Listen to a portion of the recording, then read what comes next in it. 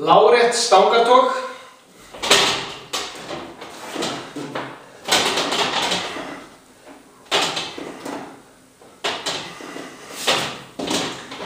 Við komum okkur í stöðu þannig að líkaminn sé nokkuð veginn láréttur og togum okkur og erum með handleggi beint niður frá stönginni og togum okkur upp og reynum að láta brjóstkassan snerta stöngina.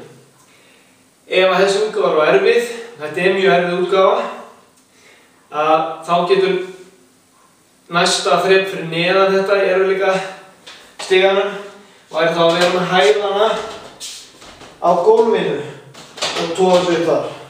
Það var þetta stöngin og há fyrir mig hér.